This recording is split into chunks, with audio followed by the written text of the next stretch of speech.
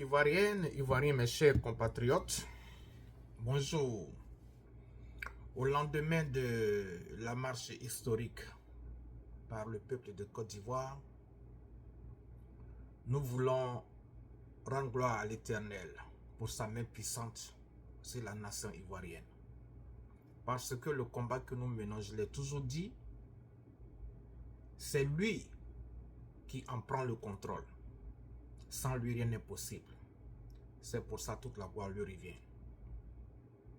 Et dans la nouvelle Côte d'Ivoire, nous promettons de remettre notre pays dans les mains de Dieu afin d'éviter tous les dérapages que nous avons connus. Et je voudrais aussi, d'entrée de jeu, remercier les leaders politiques qui se sont mobilisés. Je voudrais remercier la population et la jeunesse ivoirienne qui se sont mobilisés pour réaliser cette marche de l'opposition. Voyez-vous, le combat dans lequel nous sommes, ce n'est pas seulement pour la libération de la Côte d'Ivoire. C'est un cri de justice. C'est un cri pour rejeter ce qui n'est pas acceptable. C'est un cri de révolte contre les injustices sociales. C'est un cri de révolte contre les forfaitures par le gouvernement à la tête de notre pays.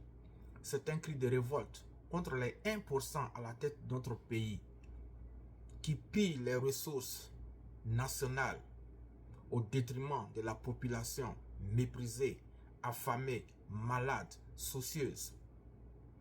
Cette marche historique est le début d'une révolte que la Côte d'Ivoire n'a pas connue depuis très longtemps.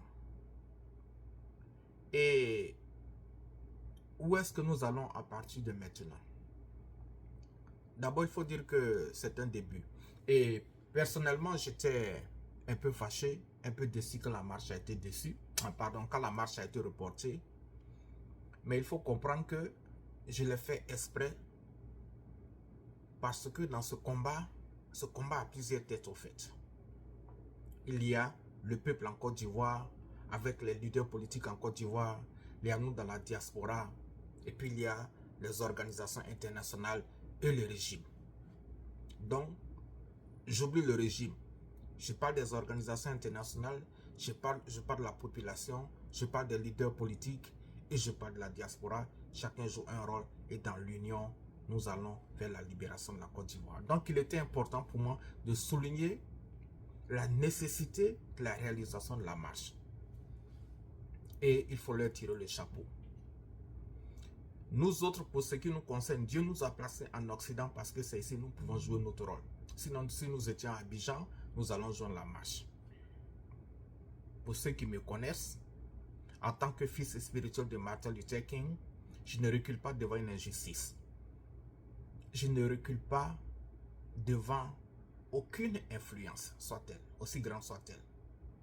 Donc aujourd'hui, ayant franchi ce premier pas, nous pensons que le régime en place, en danger, ne va pas rester les bras croisés.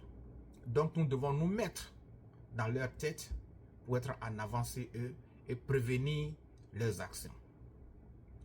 Mais ils n'ont pas tardé parce que déjà nous entendons parler de l'arrestation des leaders de l'opposition qui sont en Côte d'Ivoire. C'est vraiment dommage. Et je vais interpeller ici le chef de l'État Alassane Ouattara de ne pas s'aventurer sur cette route. Essayer d'arrêter les leaders politiques, les leaders de la marche. Ce serait créer une situation qu'il ne pourra plus gérer. Ce serait précipiter lui-même sa chute, qui est inévitable. Parce que, à ce moment précis, le monde entier a les yeux sur la Côte d'Ivoire. Et ce que nous avons toujours dit, il faut respecter la Constitution. Si la Constitution avait été respectée, nous n'en serions pas là. Donc, j'interpelle le chef de l'État pour ne pas essayer d'arrêter les leaders politiques. Parce que ça va déclencher une révolution plus accélérée. Et je pense que nous n'en arriverons pas là. Je ne dirais même pas, je ne vais pas utiliser le mot de coup d'État, mais quand le peuple est acculé, que le peuple n'a plus d'alternative, ça pousse à une révolte. C'est pour ça dans les pays autour de nous, il y a des coups d'État. Donc, j'insiste et j'interpelle le chef de l'État de ne pas essayer d'arrêter les leaders politiques. S'il a déjà fait, libérez-les immédiatement. Parce que nous, en Occident, nous n'allons pas vous regarder faire cela. Parce que tout compte fait, vous êtes assis sur une branche, vous êtes entouré de certains conseillers qui vous disent, qui vous conseillent pour poser certaines actions. Nous aussi, nous savons sur quelle branche nous sommes assis pour casser la branche sur laquelle vous êtes assise. Donc, pour l'amour de la paix en Côte d'Ivoire, la Côte d'Ivoire toujours prône le dialogue de la paix. Arrêtons les hostilités. Le peuple a marché pacifiquement, malgré les intimidations.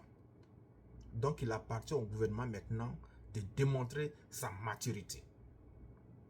Parce que le gouvernement, au fait, doit répondre au peuple. Le gouvernement est mis en place par le peuple. C'est pour ça qu'on dit un gouvernement pour le peuple, par le peuple. Mais nous ne sommes pas dans une monarchie. Donc, j'interpelle encore le chef de l'État d'avoir le bon sens, d'avoir la sagesse pour ne pas arrêter les leaders politiques. Nous allons nous retrouver dans la semaine. Déjà sur le plan médiatique, l'impact de la marche est positif. Demain lundi, nous allons entendre des organisations internationales et vous m'entendrez souvent parler des organisations internationales. C'est un nom inévitable parce que ce sont les organisations internationales qui ont mis M. Alassane Ouattara au pouvoir. Et avant de terminer, je vais faire un bref historique. M. Alassane Ouattara doit se souvenir comment Blaise Compaoré a quitté le pouvoir. Pourtant, Blaise Compaoré était très puissant. M. Alassane Ouattara doit se souvenir comment les dictateurs africains ont tous perdu le pouvoir. Non seulement ils ont perdu le pouvoir, mais ils n'ont pas trouvé de pays d'accueil. Ils sont morts loin de leur pays d'origine. Il n'est pas tard pour poser des bonnes actions. Et avant de conclure, donc, je veux remercier, rendre honneur au bon Dieu qui a sa main puissante sur la Côte d'Ivoire. Et je veux aussi bénir le nom du prophète Eli Pada. Les recommandations spirituelles qu'il a données, moi j'ai compris cela et je l'ai fait. Avant même que je ne reçoive les recommandations spirituelles du prophète Eli Pada, mon pasteur et moi, on était en prière le même jour, la même nuit que les francs-maçons se sont réunis à Bouaké. Nous avons prié. Et c'est après cette prière que j'ai vu la vidéo du prophète Eli Pada qui disait de faire une certaine cérémonie. Je l'ai fait aussi. Donc, le combat est spirituel et physique. Mais nous tenons le bon bout. Dieu vous bénisse.